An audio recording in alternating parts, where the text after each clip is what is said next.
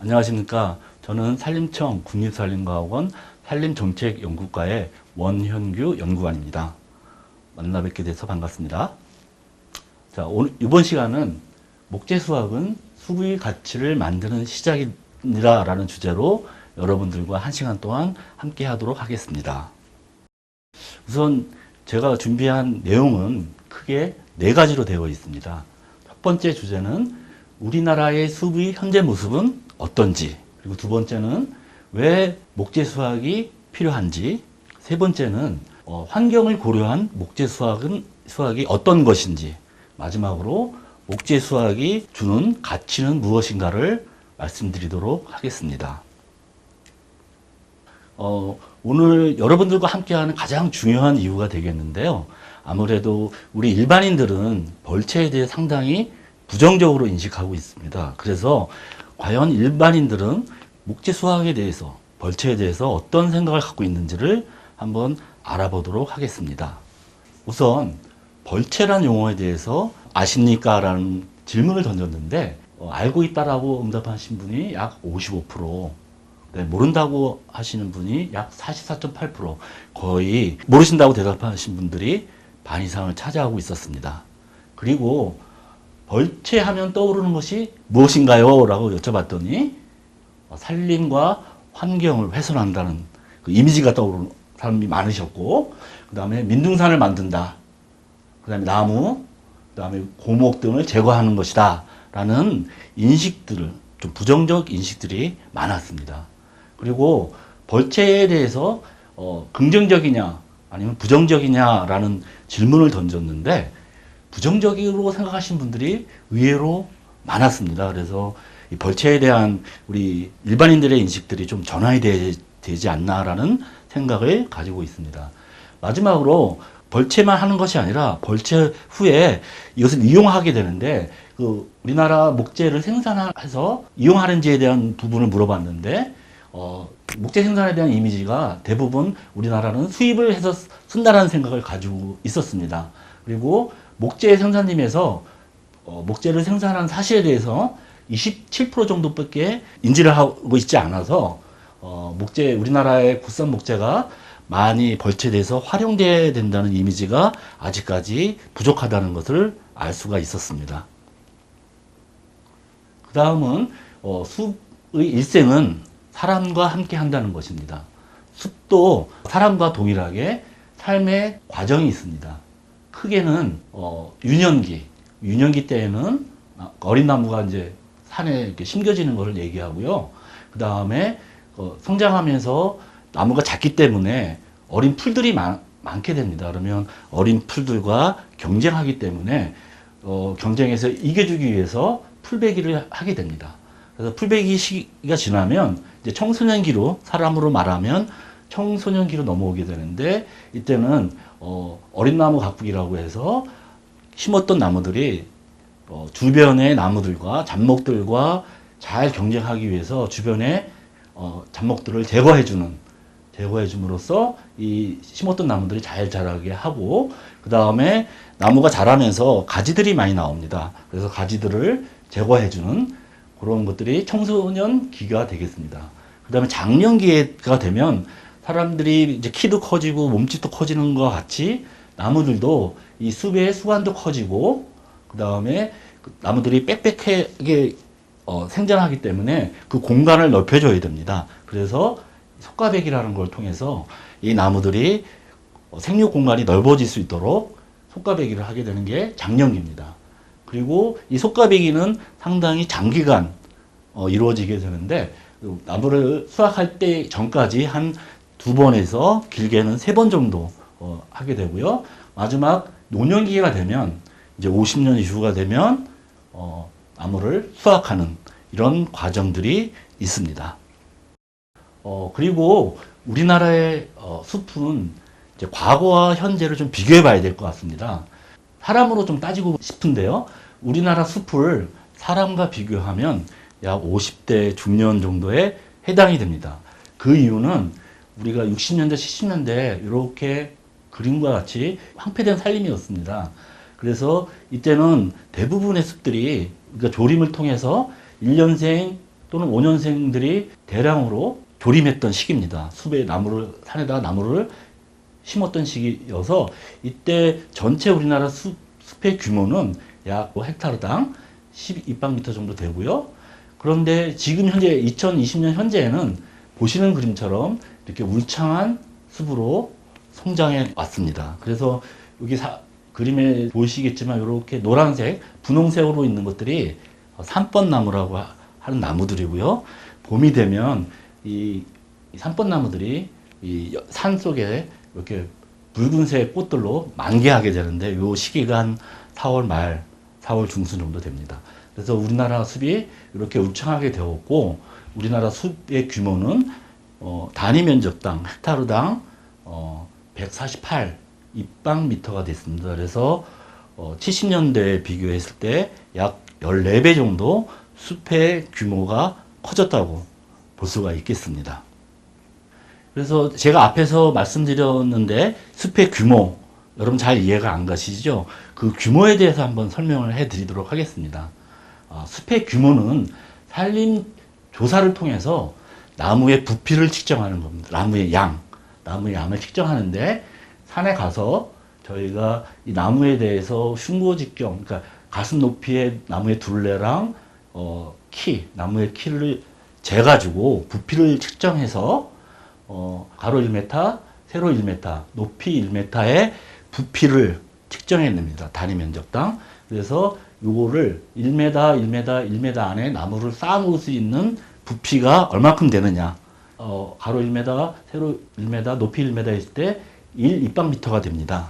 그런데 요거를 비교할 때는 단위 면적, 하나의 나무를 비교하는 게 아니라 일정 숲의 규모, 그러니까 100m, 100m 안, 여기 1헥타르인데 1헥타 안에 요런 나무 상자들이 몇 개가 있는지를 저희가 파악하는 겁니다.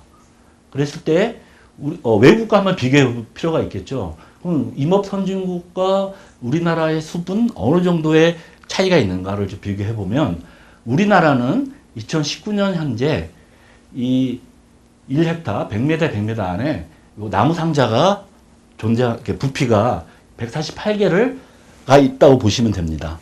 그 다음에 일본은 170개, 그리고 오스트리아는 299개가 이 1헥타 안에 있고요.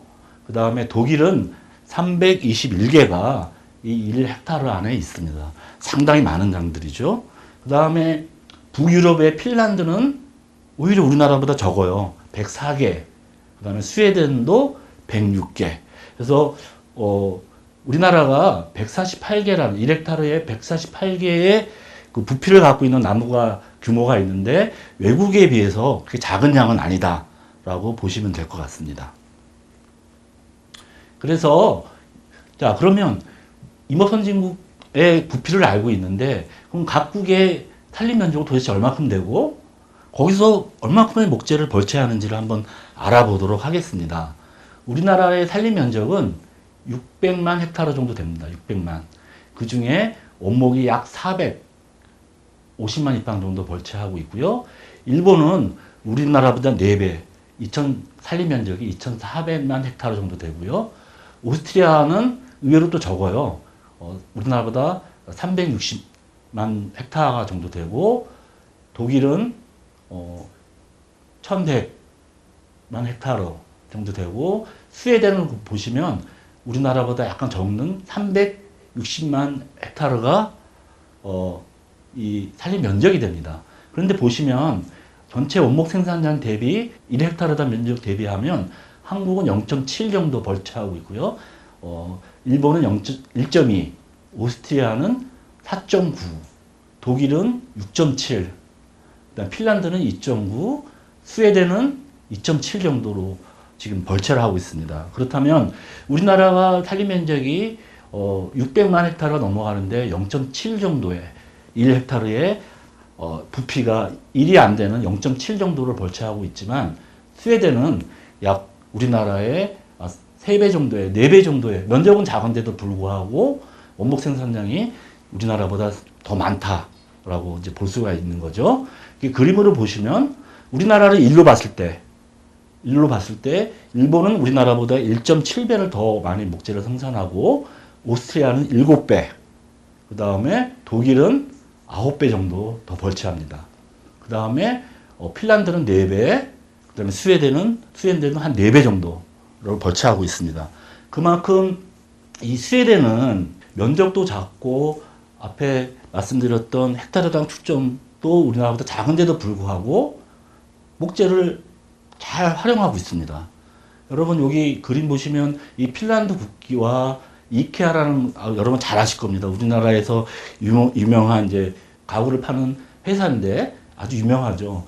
마크가 비슷하죠? 이미지가 요 녹색 바탕에 노란색으로 해서 원래는 통신 회사였는데 이게 이제 나무까지 같이 가공해서 이 가구를 파는 회사로 아주 요즘 글로벌 회사로 성장해 있는 회사인데 이 스웨덴에서 이렇게 목재를 가지고 회사가 큰 규모로 성장해서 이 스웨덴 같은 경우 목재 종사하고 목재 산업에 종사하는 사람들 일자리도 많고요. 그 산업에 기여하는 목재 생산량, 그 다음에 국가 GDP에 기여하는 경제적인 효과도 상당히 큰 걸로 지금 나타나고 있습니다.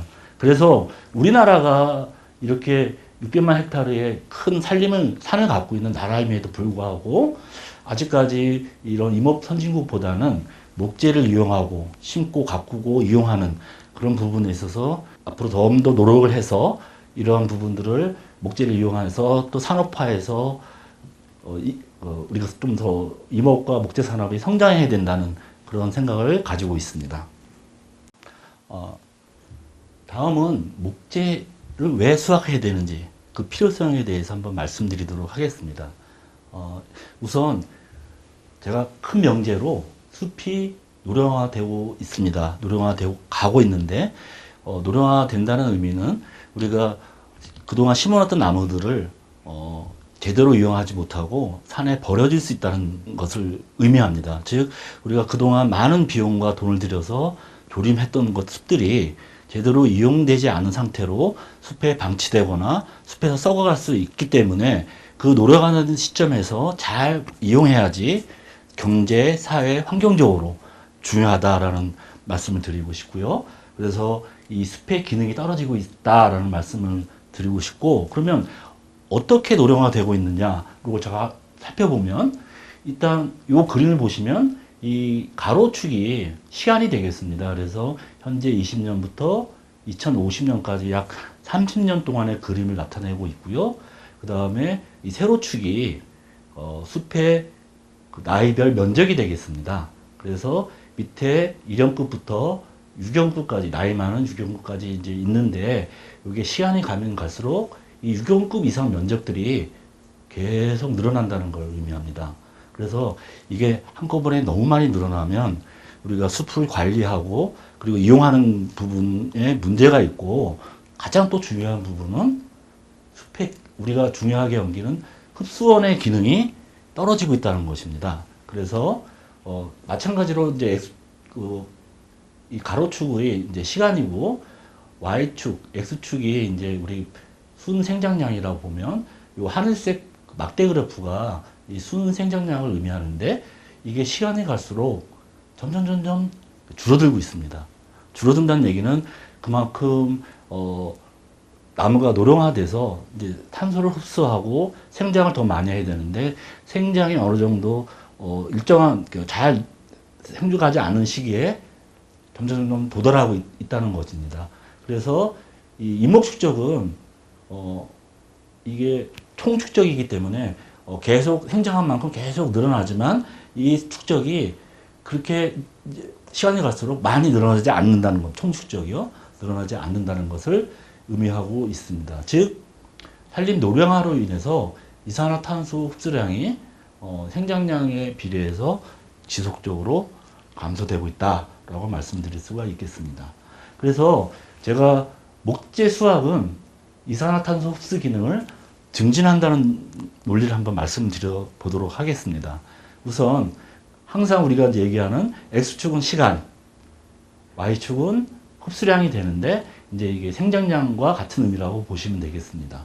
지금 현재 시점에서 우리 탄소 흡수량이 1000만 톤 정도 됐던 것들이 2050년도면 이렇게 지속적으로 줄어들고 있다는 것을 의미합니다. 즉 현재 상태로 산림을 내버려 둔다면 이 탄소 흡수는 지속적으로 감소한다. 그러나 우리가 목재 수확을 통해서 지속적으로 숲을 젊은 숲으로 바꿔주고 그 바꿔준 숲에서 나오는 목재들을 이용한다면 탄소 흡수량은 우리가 향후에 지속적으로 증가할 수 있다라고 이제 알 수가 있는 겁니다.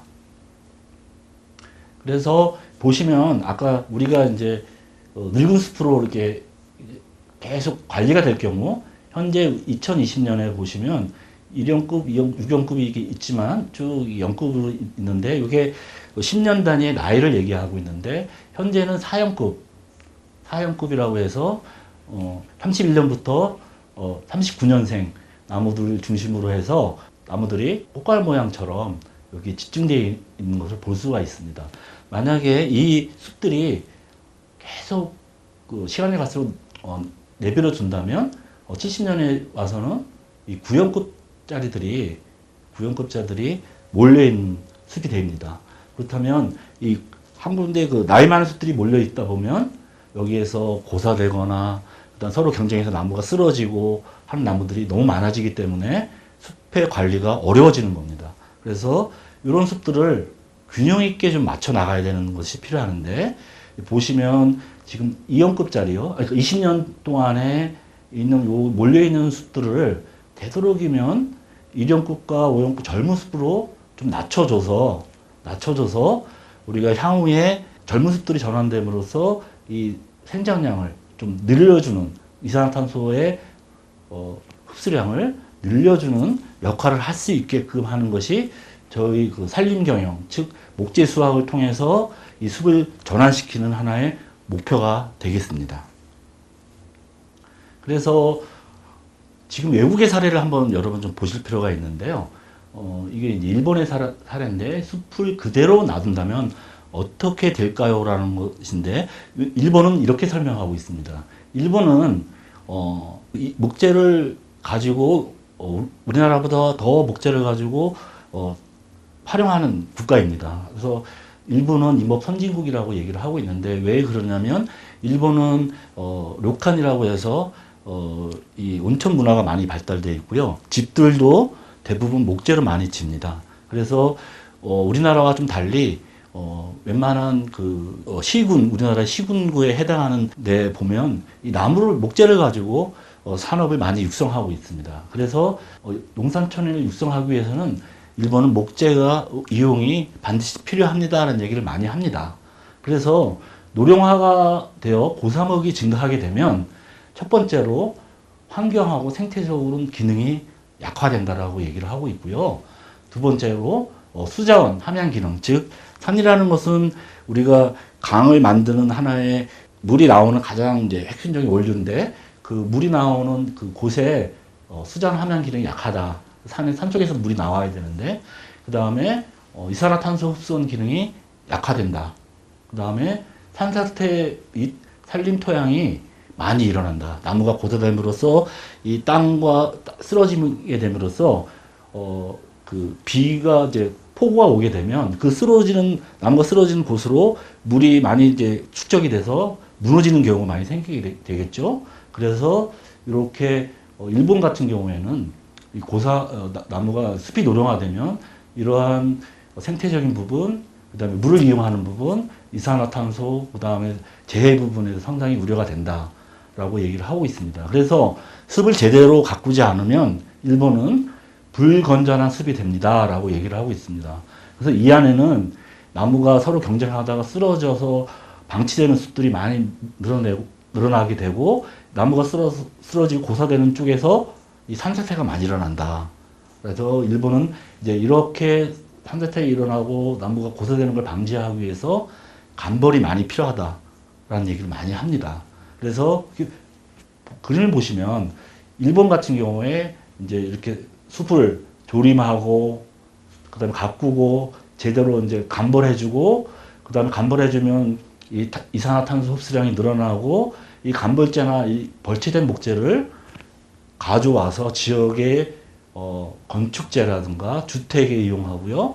그다음에 우리 목제품에 가구도 이용하고 나머지 부산물들을 펠릿이나 연료제로 이렇게 이용하고 있는 것이죠. 그래서 우리나라도 마찬가지로 이렇게 순환 이용하려고 많이 노력을 하고 있고, 일본뿐만 아니라 유럽도 마찬가지고요. 대부분 외국 국가에서 이런 개념으로 지금 살림을 경영하려고 하고 있습니다.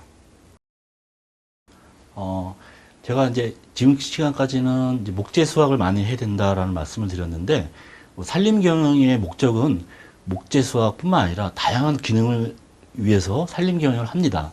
다만 목재 수확이라는 부분이 너무 이제 부정적으로 이제 있기 때문에 우리가 목재 수확을 하는 대상지, 경영 대상지가 따로 있다라는 말씀을 좀 전달하고 싶은데요. 우선 우리 산림청뿐만 아니라 우리 산림경영의 목적은 숲의 기능을 최대한 높이기 위해서 산림경영을 하고 있습니다. 그래서 산림청은 숲을 6가지 기능으로 구분해서 그 기능들이 유지하고 또 노파가 증진될 수 있도록 관리하고 있습니다. 그래서 그림을 보시면 이게 숲의 기능을 나타내는 그림이라고 보시면 되겠는데, 여기 색깔별로 6가지가 있습니다. 그래서 가장 중요한 요 백두대간 중심으로 하는 이게 자연환경 보존 기능이거든요.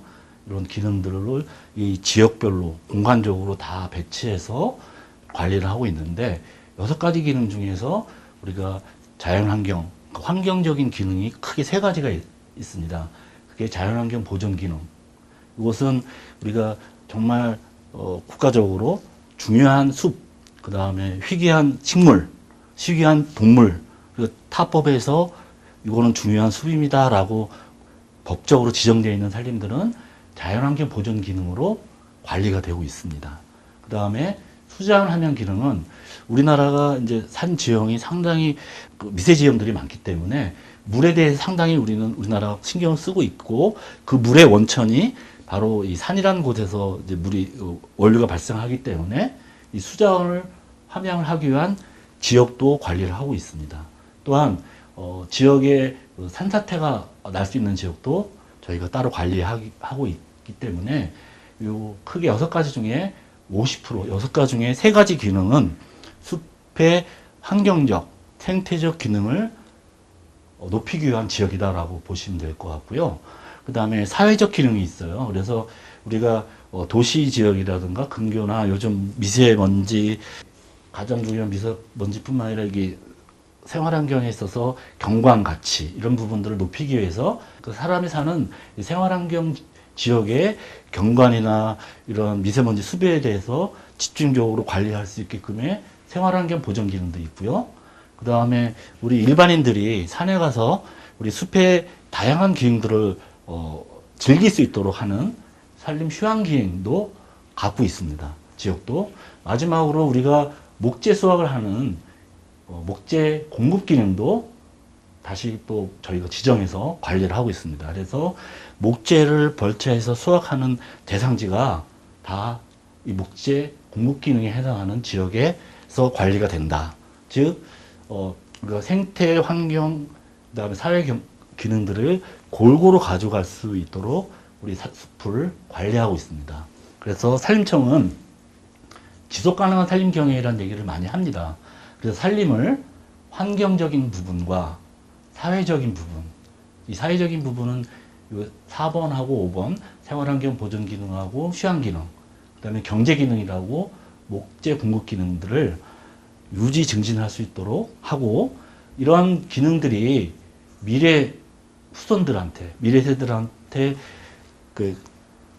영유될 수 있도록, 미래 세대도 이런 기능들을 누릴 수 있도록 숲을 지속적으로 지금 관리하고 있다. 그리고 우리 산림청에서는 우리나라가 이러한 지속 가능한 산림 경영을 하고 있다라는 보고서를 만들어서 국제사회에, 국제기구에 보고를 하고 있습니다. 매년 5년마다 우리나라가 이렇게 숲의 기능들을 목재 생산뿐만 아니라 다양한 기능들을 증진시키려고 노력하고 있습니다. 국가적으로 지금 하고 있습니다.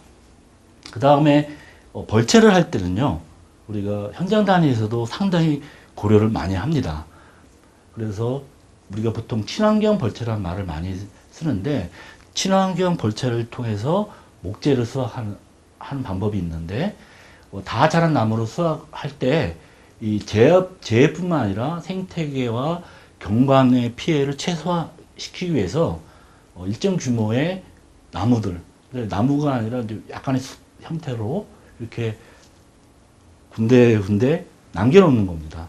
이렇게 보시면 왼쪽에 있는 그림은 이제 충남 부여군 소재에 벌채를 한 곳입니다. 그래서 여기에 능선하고 계곡이 있는데 그 능선하고 계곡 안쪽에 이렇게 숲을 이렇게 남겨놓고, 그다음에 왼쪽에 보시면 이게 야생동물이 이동할 수 있도록 연결 통로를 만들어주고요. 산 정상 부분에는 벌채를 안 합니다. 왜냐하면 정상 부위에 벌채하게 되면 여기에서 이제 흙이나 토사 물이 이제 흘러낼 가능성이 많으니 위에 있는 숲들은 벌채를 안 합니다. 마찬가지로 이 강원도에 이제 강릉시에 있는 사례인데요. 지금 계곡 쪽에 이게 계곡이에요. 숲이 이제 산이 높기 때문에 이 계곡 쪽에는 벌채를 거의 안 하고 있는 거죠. 이게 이제 물론 이제 여름에 이 물이 여기서 많이 흐르기 때문에 이쪽에서는 벌채를 안 하고요. 이 능선 부분에 숲을 이렇게 남겨두는 겁니다. 여기 주능선, 이게 주능선인데 주능선도 이렇게 일정 정도의 공간을 둬서 벌채를 안 하고 여기에는 이제 우리가 친환경적으로 나무를 이렇게 남겨놓는 형태가 되겠습니다. 그래서 우리가 숲을 이용할 때 나무를 무조건 벌채하는 건 아닙니다. 지속 가능하게 숲을 유지할 수 있도록 관리한다는데 그 의미가 뭐냐? 뭐 지속 가능하게 나무를 벌채해서 하려면, 건강한 숲을 만들려면 목재 수확을 어떻게 하나요? 라고 이제 많은 분들이 물어봅니다. 그러면 숲을 벌채할 때 무조건 벌채하는 게 아니라 전체 숲에서 1년간 생장한 만큼 벌채를 하게 됩니다. 그래서 싹 벌채하는 게 아니라 생장한 만큼. 자, 이 그림을 보시면 요게 각 숲에 1년생 숲, 2년생 숲부터 50년생의 숲들이 쭉 있어요. 그러면 이제 요게 생장량이라고 이제 보시면 1년생짜리가 생장한 양이 이게 이제 살색 이제 요 색깔로 이렇게 표시한 게 생장량인데요.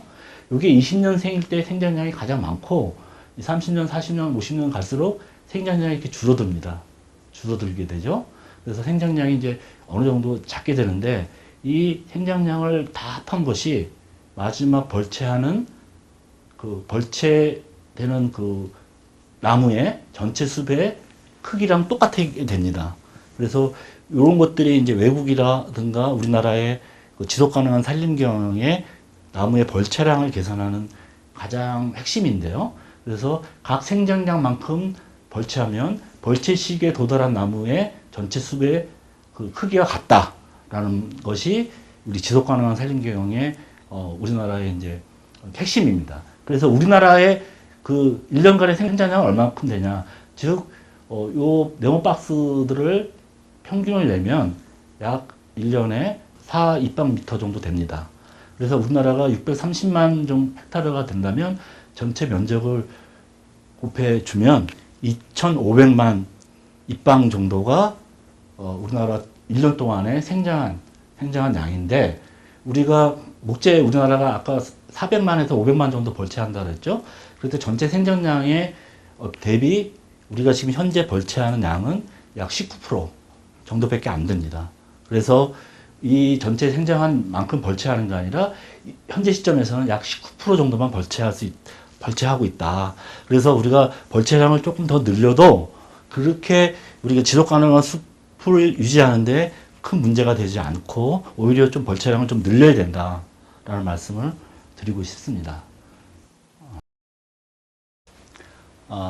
이번에는 목재 수확이 주는 가치에 대해서 한번 여러분과 한번 고민해 보도록 하겠습니다. 제가 벌채라고 얘기하면 나무를 다른 것에만 생각하지 말고 목재 수확이라는 개념으로 그 나무를 벌채해서 또 이용하는 단계가 있거든요. 그러면 목재에 어디에 이용되는지, 우리 나무들이 우리나라가 전체 필요한 목재량은 약 3천만 입방 정도 되는데, 우리나라 전체에서요.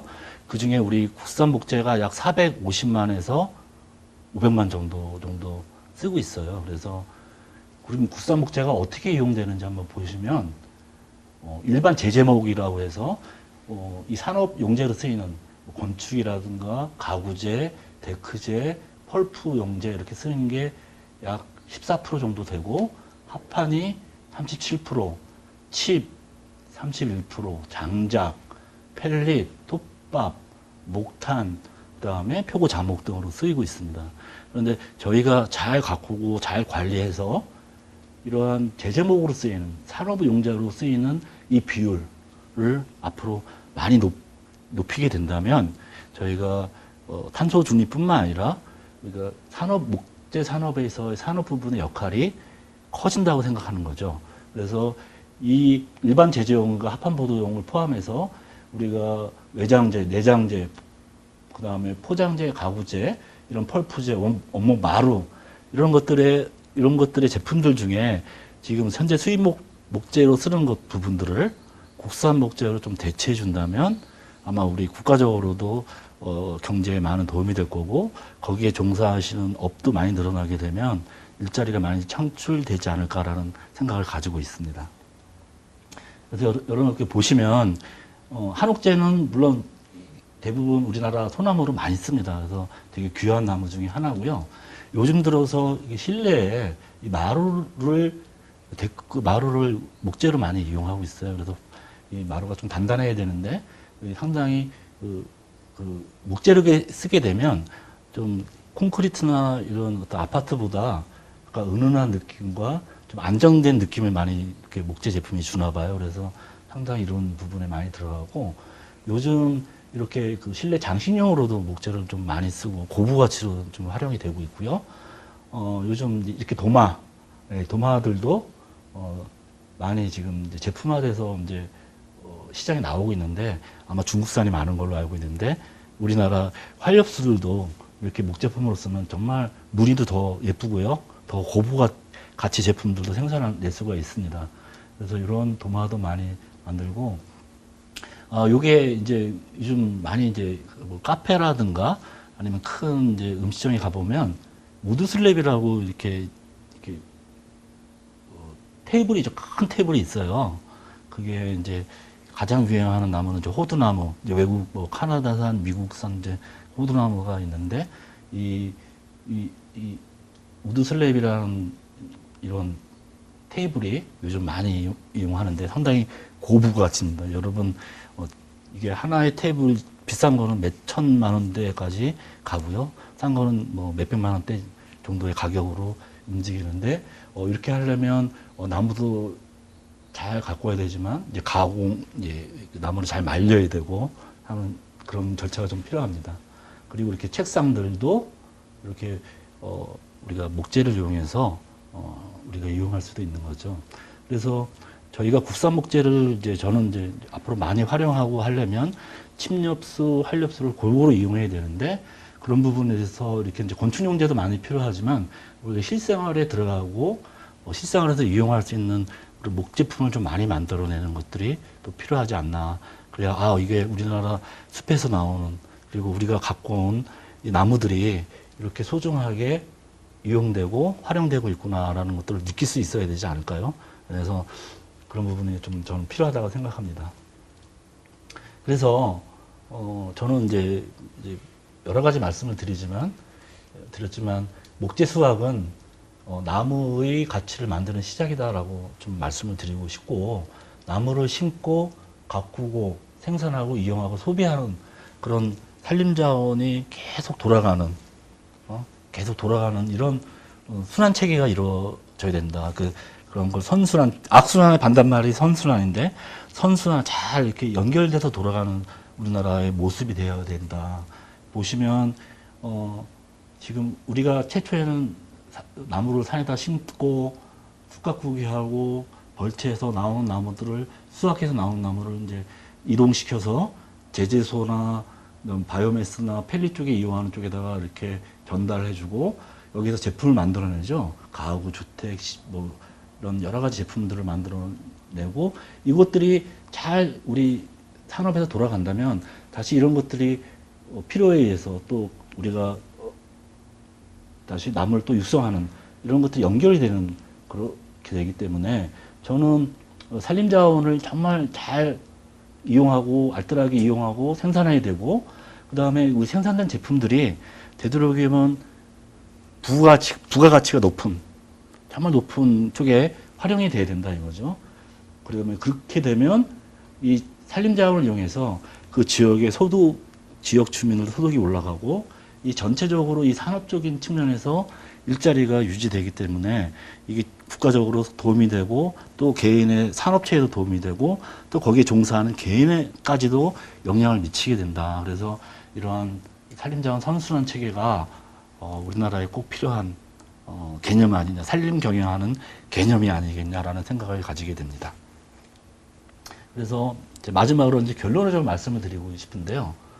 숲은 이산화탄소를 흡수하는 건 당연히 여러 가지 과학자들이나 전체 국제사회의 하나의 큰 모두가 인정하는 핵심이고 요즘 또 탄소 중립이라는 탄소 제로라는 얘기를 많이 합니다.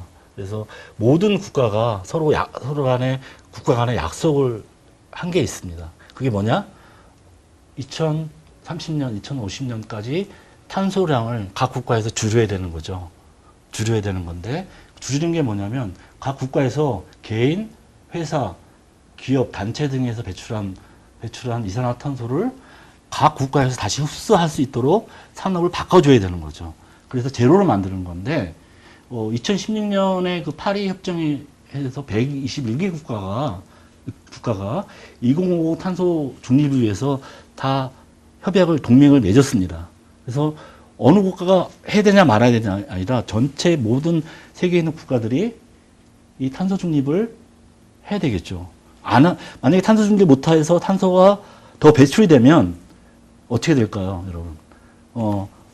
그 국가는 배출된 양들을 그 국가에서 흡수를 못하면 배출이 많이 된 국가에 가서 그 배출한 양을 자기가 배출할 만큼을 흡수원을 사와야 됩니다. 사와야 되면 그 비용들은 다시 우리 국가에 있는 모든 개인들이 또 개인이나 사람들이 그 비용들을 지불해야 되기 때문에 우리가 그런 경제적 비용들을 부담을 안 하기 위해서는 우리 국가에 있는 최소한의 자원들을 이용해서 흡수원을 늘려야 됩니다.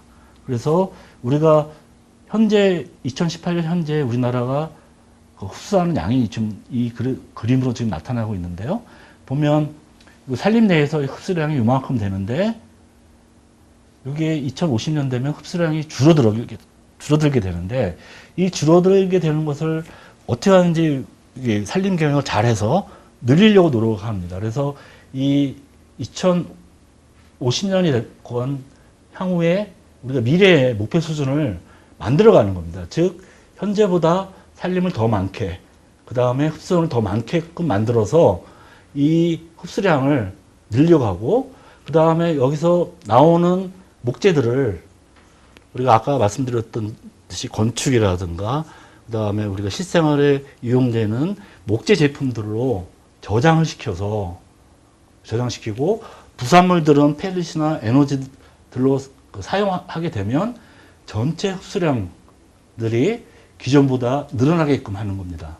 그래서 이것들이 국가의 어떤 경제적인 부분에서 이익이 되게끔 하고 그 다음에 개인 부분에서도 이익이 되고 기업에도 이익이 되게끔 저희가 목표량을 만들고 앞에서 말씀드렸던 그 산림자원 선순환 체계를 통해서 이 부분들을 해결해 나가려고 노력하고 있습니다. 그래서 오늘 제가 이제 말씀드릴 부분은 우리가 탄소 중립이라는 부분들은 우리 국가적인 측면에서 해결해야 할 문제고 물론 이 배출하는 우리 산업 부분에서도 노력하고 있겠지만 배출 부분을 좀 더 기여하기 위해서 흡수 부분을 좀 더 늘려서 국가적으로 이 산림과 숲이 상당히 기여를 많이 할 수 있는 역할을 할 수 있게끔 앞으로 여러분들의 많은 관심과 또 산림청도 그만큼 노력하고요. 우리 과학원에서도 이러한 과학적인 근거 자료들을 많이 노력해서 우리 2050 탄소 중립의 그 목표를 달성할 수 있게끔 노력할 겁니다. 예. 네. 지금까지 준비된 내용은 여기까지입니다. 그리고 앞에서 쭉 말씀드렸지만 앞으로 산림청과 우리 국립산림과학원은 2050 탄소 중립을 위해 많은 노력과 그다음에 정책적인 고민들을 하려고 합니다. 그래서 우리 여러분들의 많은 관심 그리고 참여를 부탁드리도록 하겠습니다. 지금까지 경청해 주셔서 감사합니다.